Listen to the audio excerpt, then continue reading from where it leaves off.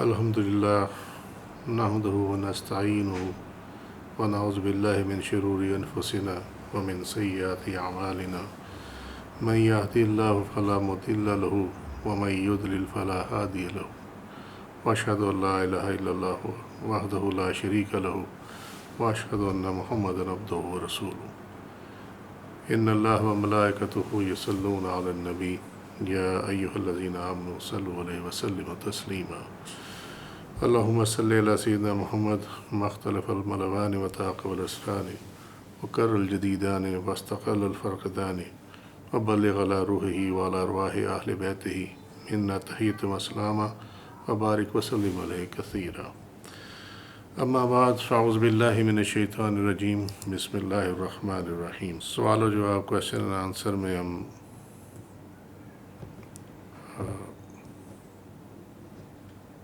Last جو تھا ہم نے کیا تھا خضاب کے بارے میں، تو حدیث سے ہم نے اس کی کافی چیزیں کور کر لی تھی.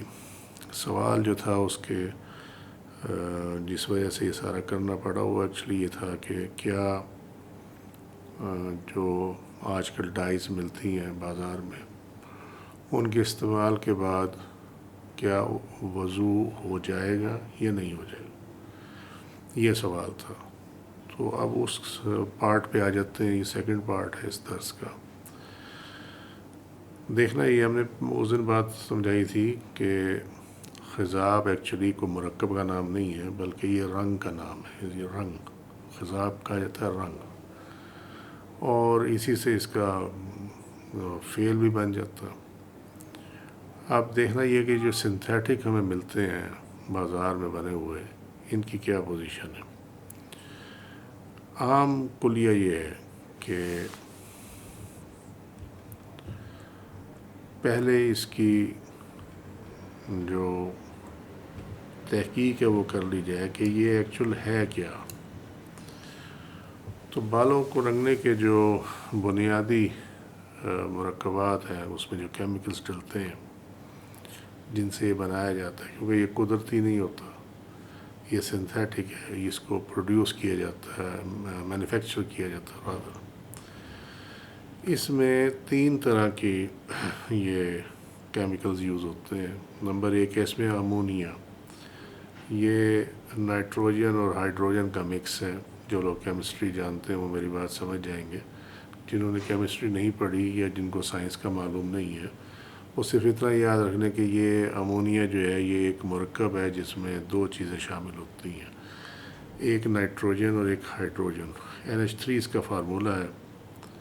اس کی بڑی سٹنجی، بڑی تلخ سی، بڑی تیز تیکھی اس کی بو ہوتی ہے، اور اس کا پرابلم یہ ہوتا ہے کہ یہ جلد پہ خارش کرے گا، جلن کرے گا، اور جب یہ اس سے بنا ہوا جو خضاب ہے وہ لگایا جائے گا بالوں میں تو امونیا جو ہے سر کی جلد سے داخل ہو کر بلڈ سٹریم میں شامل ہو جاتی ہے، یعنی انسان کے خون میں شامل ہو جاتی ہے.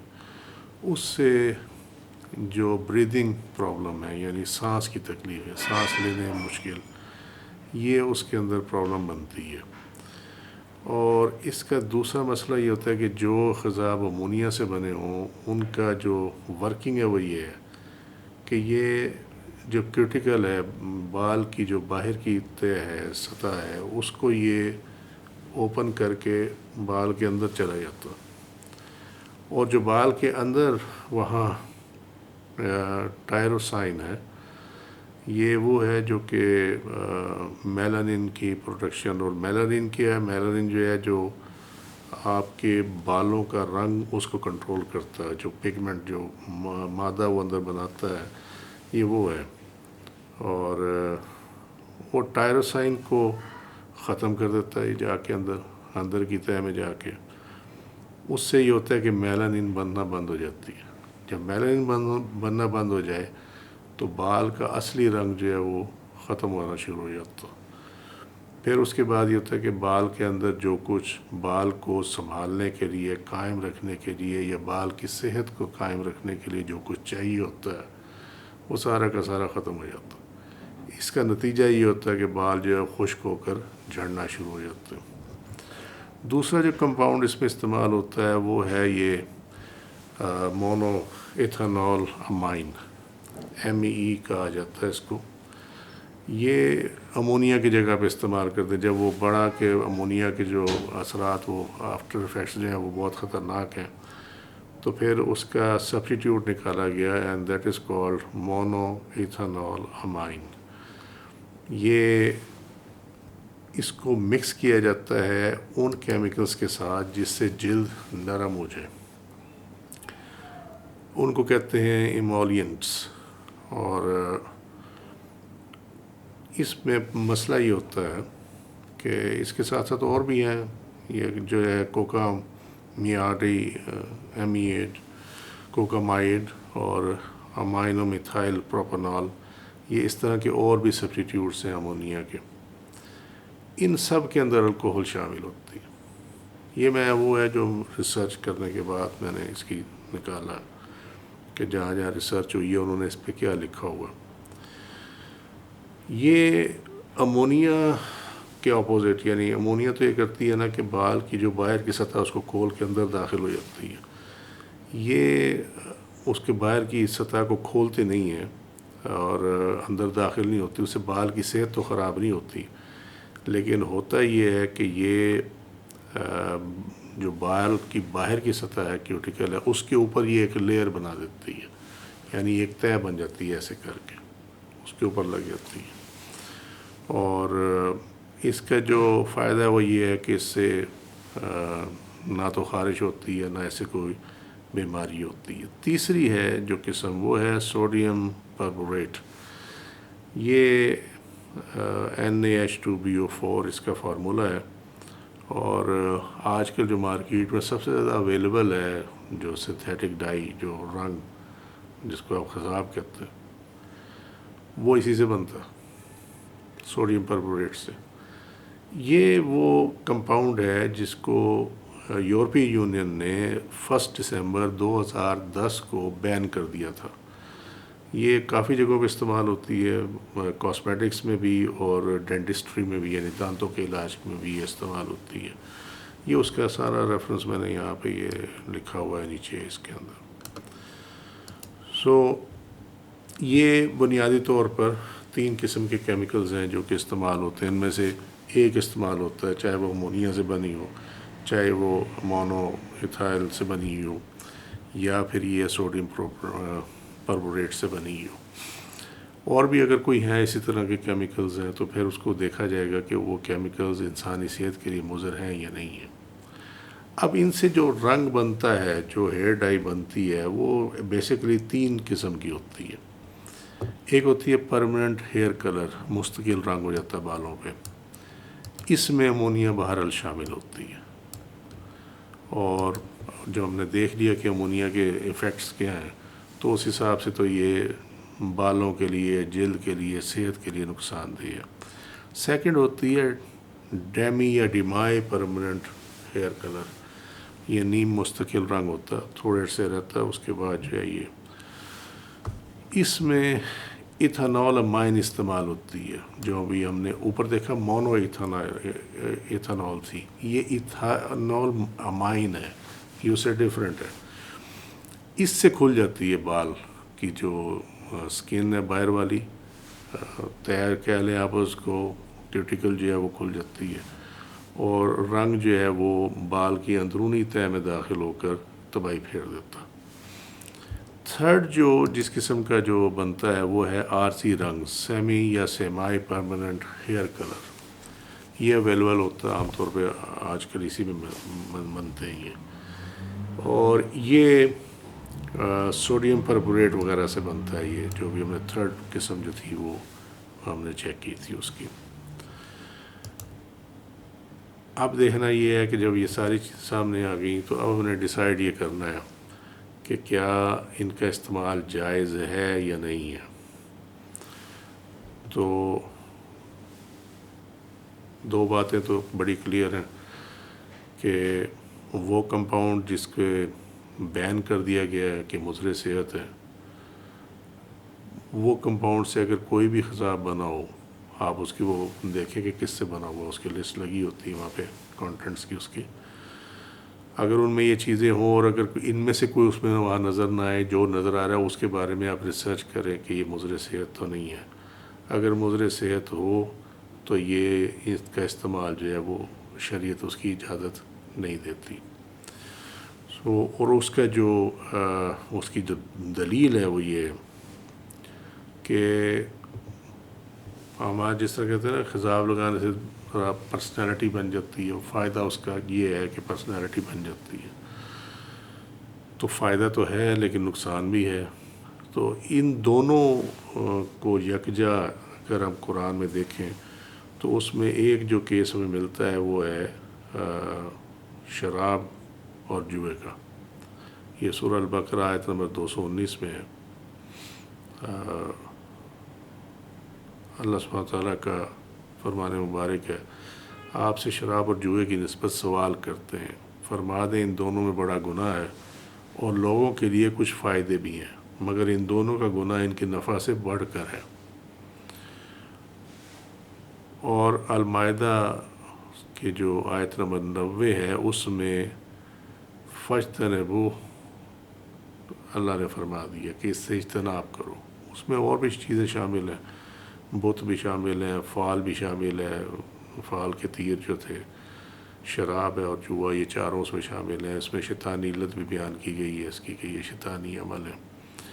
اور لیکن ہم یہ دیکھتے ہیں کہ شراب جو ہے وہ اس کے نقصانات صحت پہ بہت خراب پڑتے ہیں، ذہنی صحت، نفسیاتی صحت، جسمانی صحت، تینوں پہ.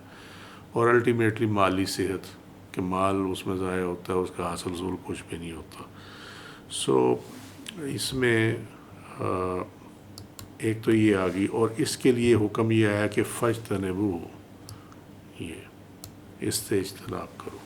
تو ہمیں یہاں سے یہ معلوم ہوا کہ اگر ایسی کوئی چیز ہے کہ جس کا نقصان بھی ہے استعمال کرنے کے بعد اور اس کے استعمال سے فائدہ بھی ہے، تو اس میں پھر یہ دیکھا جاتا ہے کہ اگر اس کا نقصان زیادہ ہے، فائدہ کم ہے، تو پھر وہاں پہ یہی آرڈر آئے گا فجتنبوہ کہ اس سے اجتناب کیا جائے.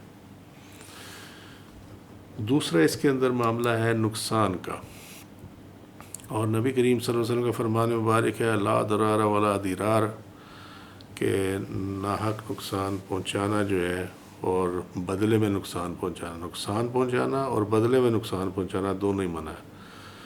یہ سنن ابن ماجہ کتاب الاحکام چیپٹر 17 حدیث نمبر 2340 میں موجود ہے. موطا امام مالک میں کتاب العقدیہ چیپٹر 26 حدیث نمبر 1461 میں موجود ہے. یہاں سے ڈرائیو یہ ہوا کہ نقصان پہنچانا، نقصان دینا، یہ تمام چیزیں جو ہیں شریعت اس کو ریکگنائز نہیں کرتی، ایکسیپٹ نہیں کرتی شریعت اس کو.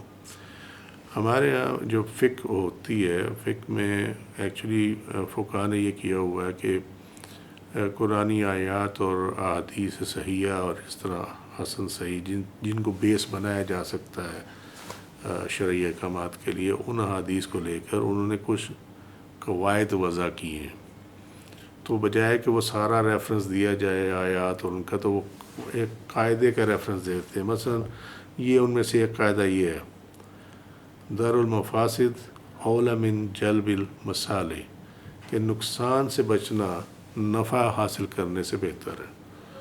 اس اصول پہ جب آپ اس کو چیک کریں گے کہ یہ جو سنتھیٹک خضاب جو ہمیں ملتے ہیں مارکیٹ میں، آیا اس کو استعمال کرنا چاہیے یا نہیں کرنا چاہیے، تو پھر اس کا ہمیں جواب یہ ملتا ہے کہ چونکہ ان کا ضرر زیادہ ہے، نقصان زیادہ ہے ان کے فائدے سے، لہٰذا ان کا استعمال نہ کرنا بہتر ہے. اور اس کو شریعت جو ہے وہ جائز قرار نہیں دیتی کہ آپ جان بوجھ کے جو ہے وہ نقصان اپنے گلے میں ڈال دیں، اپنے جسم کو نقصان دیں، اپنی صحت کو، اپنے پیسے کو نقصان دیں.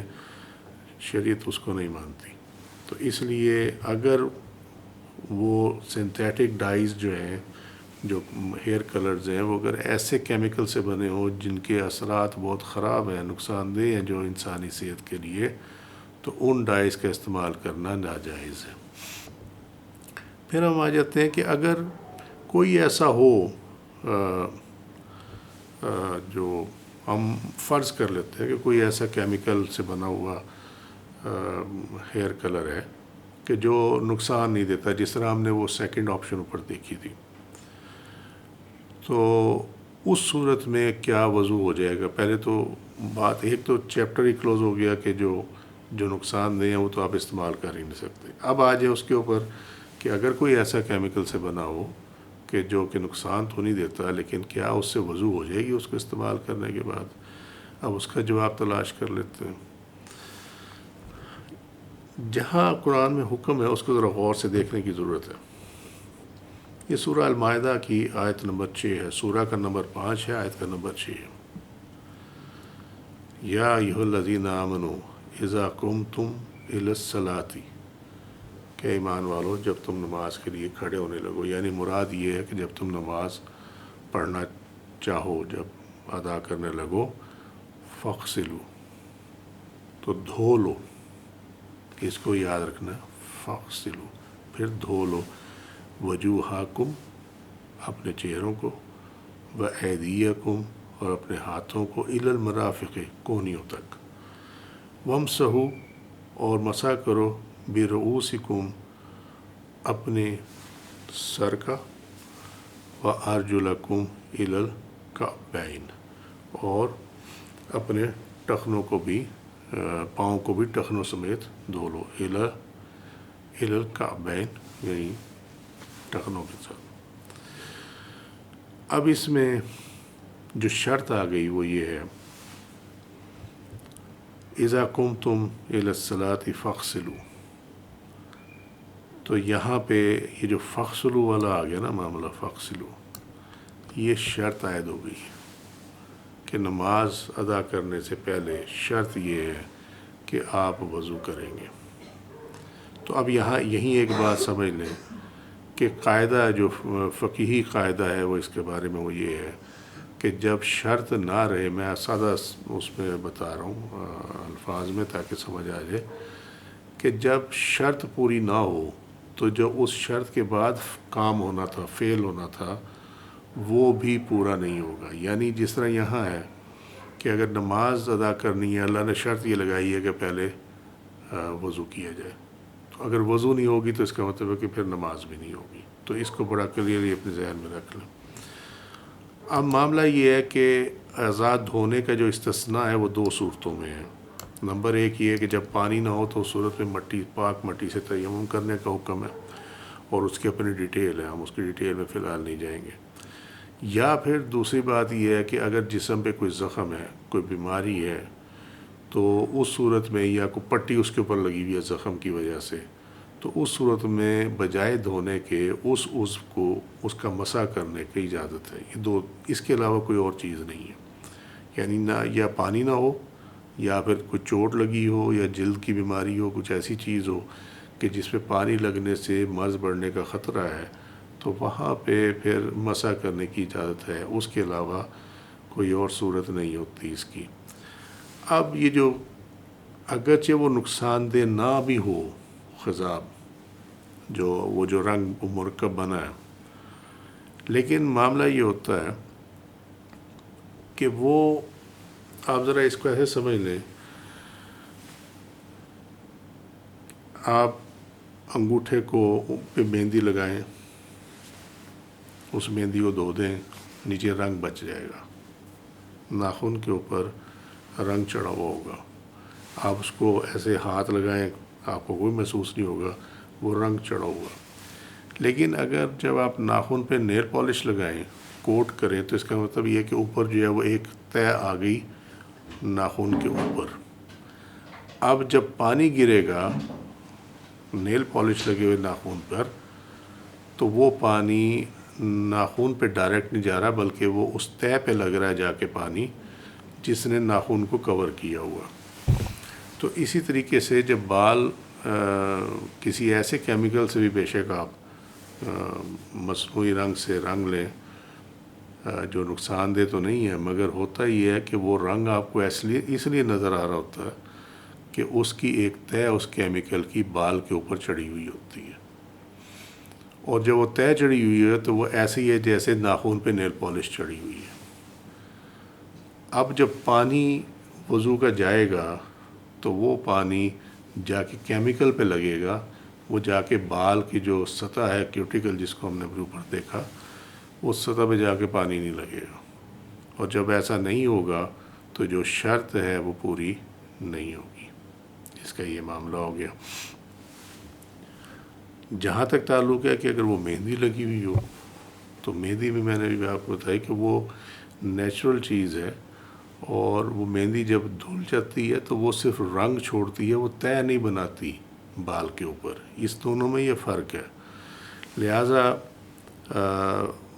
مہندی یا وسمہ وہ لگا ہو، وہ دھل جائے گا، بال جو ہے وہ اپنی نیچرل حالت پہ رہیں گے، صرف اس کا رنگ بدلے گا، کوٹنگ اس کے اوپر کوئی نہیں ہوگی۔ لیکن جب آپ کیمیکل سے بنا ہوا خضاب استعمال کریں گے تو وہ لا محالہ وہ بال کے اوپر ایک مصنوعی طے ضرور بچھائے گا، لگا دے گا، اور وہ مصنوعی طے جو ہے وہ بال تک پانی کو پہنچنے نہیں دے گی۔ لہذا جب بال تک پانی پہنچے گا نہیں تو وضو بھی نہیں ہونا، اور جب وضو نہیں ہونا تو پھر اس کا مطلب ہے کہ ایسی حالت میں غسل جنابت بھی نہیں ہو سکتا۔ جب غسل جنابت نہیں ہوگی تو آپ پاک نہیں ہو سکتے۔ اس کا یہ بہت بڑا ایشو ہے۔ سیکنڈلی بات یہ ہے کہ مہندی کی بات کریں، یا اب مہندی کے تو اپنے ڈسکس کر لیا، تیل کی بات کریں، جی بھی تیل بھی تو لگا ہوتا ہے، لیکن تیل کو آپ ذرا غور سے دیکھیں، آپ جب بھی اس میں ہاتھ پھیریں گے اگر وہاں تیل ہوگا تو آپ کے ہاتھ پہ لگ جائے گا۔ اسی طریقے سے آپ جب وضو کرنے لگتے ہیں تو پانی جو ہاتھ گیلا ہوتا ہے آپ کا تو تیل اس کے ساتھ بھی اتر جاتا ہے، مگر جب یہ ڈائی سے کیا ہوا آپ نے، کیمیکل والی جو رنگ ہے اس سے کیا ہو، آپ اس کے بعد وضو کریں وہ آپ کے ہاتھ پہ نہیں لگتا، وہ پکا چڑھا ہوتا ہے اس کے اوپر، وہ اپنے ٹائم کے ساتھ آہستہ آہستہ کھرتا ہوا اترے گا، اس سے پہلے نہیں اترنے لگا وہ۔ پھر جو سب سے بڑی بات ہے وہ یہ ہے کہ دیکھیں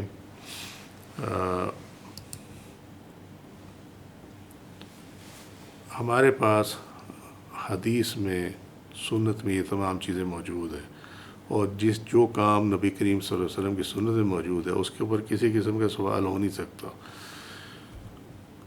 صحابہ کرام نے رنگے ہوئے بالوں کے ساتھ وضو کی اور عبادت کی، جس طرح یہ مصنف ابن ابی شیبہ میں 25,541 نمبر حدیث ہے کہ حضرت سعید مدنی روایت کرتے ہیں کہ میں حضرت ابو ہریرہ رضی اللہ عنہ کے ہمراہ ایک جنازے میں تھا اور آپ کی داڑھی زرد تھی، یعنی آپ نے رنگ کیا ہوا تھا۔ یہ تو ایک اس میں ہو گیا۔ اور دوسری بات یہ ہے کہ نبی کریم صلی اللہ علیہ وسلم سر پہ تیل بہت زیادہ لگایا کرتے تھے اور آپ اسی کے ساتھ عبادت کرتے تھے۔ یہ احادیث صحیحہ کی حدیث ہے، کتاب اللباس والزینہ ولا وسور، چیپٹر نمبر 1306، حدیث کا نمبر 1963، اور نئی ترکیب اس کا نمبر ہے 720، کہ نبی کریم صلی اللہ علیہ وسلم اپنے سر پر بہت زیادہ تیل لگاتے تھے اور پانی لگا کر داڑھی کی کنگھی کرتے تھے۔ یہ آپ کی سنت مبارکہ تھی۔ دوسری صحیح مسلم کتاب الحج چیپٹر 7 حدیث نمبر 2838، نئی ترکیب میں اس کا نمبر 1190، یہ روایت ہے حضرت عائشہ صدیقہ رضی اللہ عنہ کی کہ نبی کریم صلی اللہ علیہ وسلم جب ارادہ کرتے احرام کا تو عمدہ سے عمدہ بہتر سے بہتر خوشبو لگاتے جو بھی موجود ہوتی اویلیبل ہوتی۔ پھر جب آپ صلی اللہ علیہ وسلم احرام باندھ چکے ہوتے تو میں آپ صلی اللہ علیہ وسلم کے سر اور داڑھی میں زیتون کے تیل کی چمک دیکھتی تھی، یعنی اس ٹائم بھی تیل لگا ہوتا تھا۔ تو اس کا مطلب یہ ہے کہ تیل اگر بالوں میں لگا بھی ہو تو وہ وضو سے مانع نہیں ہے، یعنی یہ اس کے لگے ہونے سے وضو مکمل ہو جائے گا، یہ نہیں ہوگا کہ وضو نہیں ہوگا، اور اس کا ثبوت جو ہے وہ یہ حدیث شریف ہے۔ اسی طریقے سے یہ حضرت ابن عمر کی روایت ہے کہ نبی کریم صلی اللہ علیہ وسلم احرام کی حالت میں اپنے سر میں زیتون کا تیل لگاتے تھے جو مقطط یعنی خوشبودار نہیں ہوتا تھا۔ سنن ابن ماجہ کتاب المناسک چیپٹر 88 اور حدیث کا نمبر ہے 3083۔ یہ معاملہ سیم ہے جب ہم چلے جاتے ہیں، ایک نئی نیل پالش آئی ہوئی ہے جس کو حلال نیل پالش کا نام دیا گیا ہے۔ اس کے دو نام ہیں. اس کو بریدیبل نیل پالش بھی کہا جاتا اور اس کو واٹر پرمیبل نیل پالش بھی کہا جاتا. اس کے بارے میں جو عام طور پہ پروپیگیٹ کیا جاتا ہے وہ یہ ہے کہ یہ اگر ناخنوں پہ لگی ہو تو اس سے وضو ہو جاتا، جبکہ عام جو نیل پالش لگی ہو چونکہ اس سے پانی کراس نہیں ہوتا اس لیے وضو نہیں ہوتا. اب اس کو بھی دیکھ لیتے ہیں کہ یہ کیا ہے. بریدیبل نیل پالش کو کیوں کہا جاتا؟ یہ اس کو اس لیے کہا جاتا ہے کہ اس میں سے آکسیجن پاس ہو جاتی ہے. یعنی جہاں بھی اس نیل پالش کی تہ لگی ہوگی، چاہے وہ ناخن پہ لگائیں یا کسی چیز پہ لگائیں، تو جو آکسیجن ہے وہ اس میں سے تھرو اس کے اندر سے پاس ہو جاتی ہے. یہ کلوزڈ انوائرمنٹ میں اس کا ایکسپیریمنٹ کیا گیا ہے. اس میں جو نیل پالش تھی اس میں جب آکسیجن کو اس کا گزرنا ثابت ہو گیا تو اس کو کہا گیا بریدیبل نیل پالش، کہ یہ سانس لینے والی نیل پالش ہے. اسی کے ساتھ بنائے گی واٹر پرمیبل، کہ ایسی نیل پالش جس میں سے پانی گزر جائے. اب یہ ایک اور نیا کھاتا انہوں نے کھول دیا. یہ نیل پالش منگا کر میں نے اس کا تجربہ بھی ہم لوگوں نے کیا، اور اس کا اصول عام طور پہ یہ ہوتا ہے کہ آپ اس کو کسی پیپر پہ لگا دیں، خشک ہونے دیں اس کو، اور اس کے بعد اس میں پانی ڈالیں. نیچے سے اگر پیپر جو ہے وہ گیلا ہو گیا تو اس کا مطلب ہے کہ پانی اس میں سے کراس کر گیا، اگر نہیں ہے تو نہیں ہے. تو ہمارے تجربے نے یہ بتایا کہ پیپر پہ جب لگایا گیا اور خشک ہونے کے بعد اس میں پانی ڈالا گیا تو پانی کافی دیر تک اس کی سطح پہ ہی رہا، نیچے کاغذ خشک رہا، اور کافی دیر بعد جا کے نیچے کاغذ میں تھوڑی سی نمی آنا شروع ہوئی. اب اس میں دو مسائل ہیں. مسئلہ نمبر ایک جو سب سے بڑا ہے وہ یہ ہے کہ وضو جو ہے اس کی ویلیڈیٹی تب تک ہے جب آپ وضو کر رہے ہیں. اگر آپ کے اعضاء خشک نہیں ہوتے تو آپ وضو کرنے کی حالت میں ہیں. اب جتنی دیر میں اس نے سیپ کرنا ہے نیل پالش میں، پانی نے ناخن پہ تک جانا ہے، اتنی دیر میں تو آپ نماز بھی پڑھ کے فارغ ہو جائیں گے جتنا ٹائم اس نے لیا ہے. تو وہ وضو نہیں ہوتا، نمبر ایک. نمبر دو بات یہ، وضو کی بنیادی شرط یہ ہے کہ دھونا، نمی دکھانا نہیں ہے اس کے اوپر. جب یہ پانی اس میں سے گزر کے ناخن تک پہنچے گا تو یہ اس کو دھوئے گا نہیں، وہ پانی اس کو دھوئے گا نہیں، بلکہ وہاں پہ نمی چھوڑ دے گا.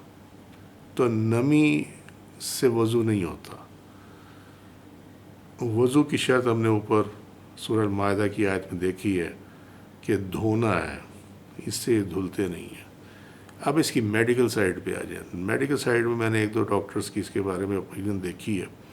وہ یہ کہتے ہیں کہ جب یہ پانی اندر رہے گا، یعنی ناخن نیل پالش اور ناخن کے درمیان یہ اندر رہے گا پانی، تو یہ ناخن میں بیماری پیدا کرے گا. اس کو کہتے ہیں گرینیز، کہ یہ فنگس کی بیماری پیدا ہو جائے گی اس کے لگانے سے.